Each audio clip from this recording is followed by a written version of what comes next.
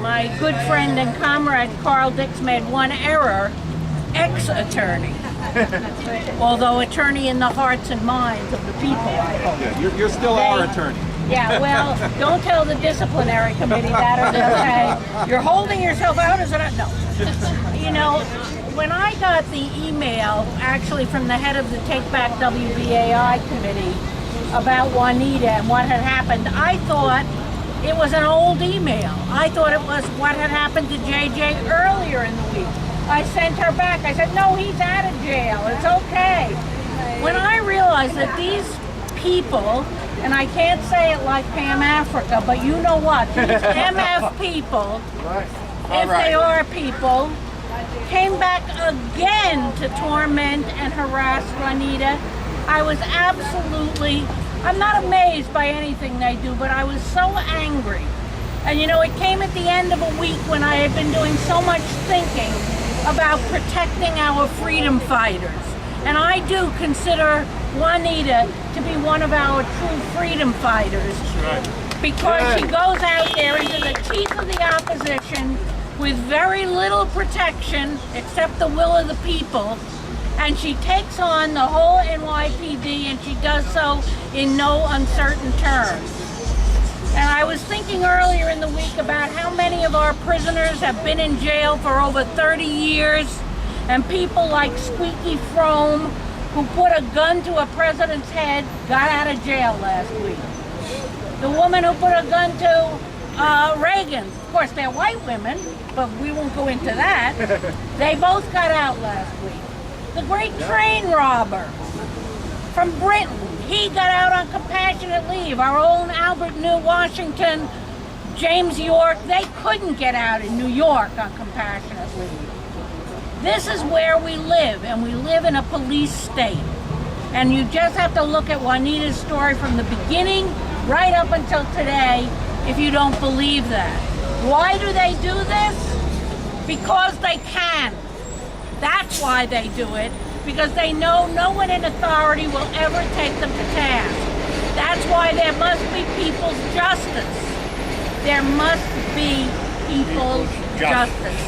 And so we are here, we're going to get to the precinct eventually, confront them where they live, stand up to them, and tell them to take Juanita off their list or risk the consequences. You know, it's just, I see here today, and I don't want to call anyone attention, but her own children don't want to come out here and speak about this. Why? Because they're targets. They don't want to be targets. There's nobody that really can protect them from this, the police and their guns. They see what happened to their brother.